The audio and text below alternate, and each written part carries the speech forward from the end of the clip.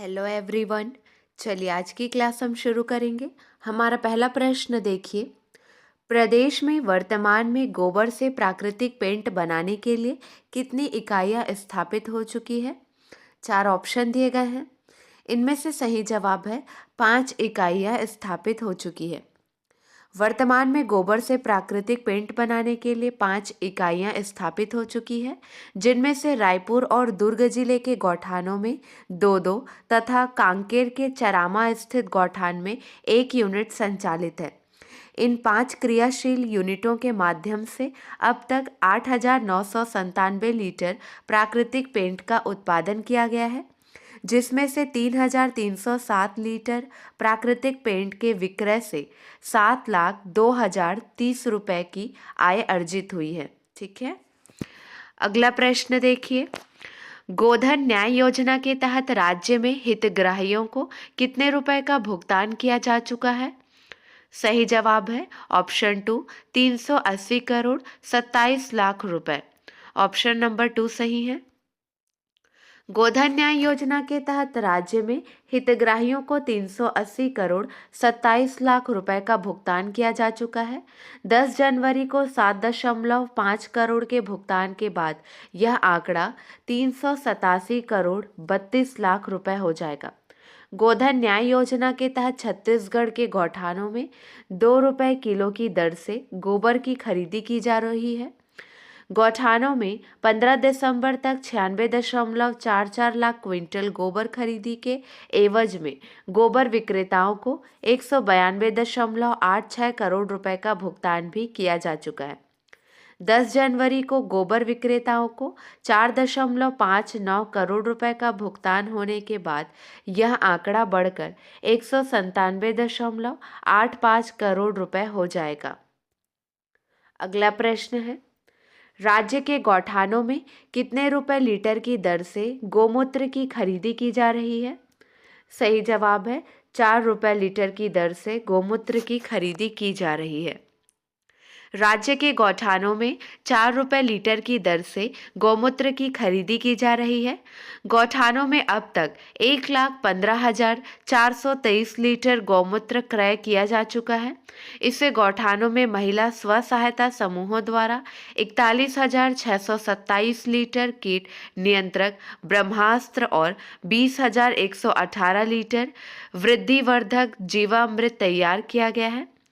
39,920 litre ब्रह्मास्त्र और जीवामृत की बिक्री से अब तक कुल 22,43,665 रुपए की आय हुई है। अगला प्रश्न देखिए। राज्य में अब तक कितने गांवों में गौठानों के निर्माण की स्वीकृति दी गई है? चार ऑप्शन दिए गए हैं। सही जवाब है 10,894 गांव में। ठीक है, ऑप्शन 1 सही है। राज्य में गोधन के संरक्षण और संवर्धन के लिए गांवों में गौठानों का निर्माण तेजी से कराया जा रहा है। गौठानों में पशुधन देखरेख उपचार एवं चारे पानी का निःशुल्क प्रबंध है। राज्य में अब तक 10,894 गांवों में गौठानों के निर्माण की स्वीकृति दी गई है, जिसमें से 9,591 गौठान निर्मित एवं शेष गौठान निर्माणाधीन है। गोधन न्याय योजना से 3,13,849 ग्रामीण पशुपालक किसान लाभान्वित हो रहे हैं। अगला प्रश्न देखिए। एनीमिया मुक्त भारत अभियान में छत्तीसगढ़ देश में कौन से स्थान पर है? ये क्वेश्चन बहुत इंपॉर्टेंट है। रीसेंट अपडेट के अनुसार तीसरे स्थान पर है। ठीक है, एनीमिया मुक्त भारत अभियान में छत्तीसगढ़ देश में तीसरे स्थान पर है। पूरे देश में छत्तीसगढ़ से आगे केवल आंध्र प्रदेश और महाराष्ट्र ही है। चलिए डिटेल में डिस्कस करेंगे क्योंकि ये क्वेश्चन बहुत इंपॉर्टेंट है। एनीमिया मुक्त भारत अभियान के अंतर्गत बच्चों, किशोरों, गर्भवती तथा शिशुवती महिलाओं को IAFA सप्लीमेंटेशन उपलब्ध कराने में छत्तीसगढ़ देश में तीसरे स्थान पर है। पूरे देश में छत्तीसगढ़ से आगे केवल आंध्र प्रदेश और महाराष्ट्र ही है। एनीमिया मुक्त भारत अभियान के तहत 6 माह से 19 वर्ष तक के बच्चों तथा गर्भवती व शिशुवती महिलाओं को IAFA की खुराक दी जाती है। मितानियों द्वारा छोटे बच्चों को आयरन एवं फॉलिक एसिड सिरप तथा गर्भवती व शिशुवती महिलाओं को टैबलेट प्रदान किया जाता है। साथ ही स्कूलों में बच्चों को IAFA की दवाई दी जाती है। एनीमिया मुक्त भारत कार्यक्रम के राज्य नोडल अधिकारी डॉक्टर VR भगत ने बताया कि छत्तीसगढ़ एनीमिया दूर करने IAFA सप्लीमेंटेशन में उत्तर प्रदेश, बिहार, गुजरात, मध्य प्रदेश, राजस्थान, पश्चिम बंगाल, कर्नाटक, तमिलनाडु जैसे कई बड़े राज्यों को पीछे छोड़ते हुए लगातार तीसरे स्थान पर काबिज है। प्रदेश में पिछले कुछ महीनों में इस अभियान में खासी तेजी आई है। जून 2022 तक छत्तीसगढ़ देश में 6वें स्थान पर था और अब तीसरे स्थान पर आ गया है। अगला प्रश्न देखिए, छत्तीसगढ़ ओलंपिक में कितने खेलों को शामिल किया गया है? सही जवाब है 14 खेलों को शामिल किया गया है। अगला प्रश्न देखिए, ये क्वेश्चन भी इम्पोर्टेंट है।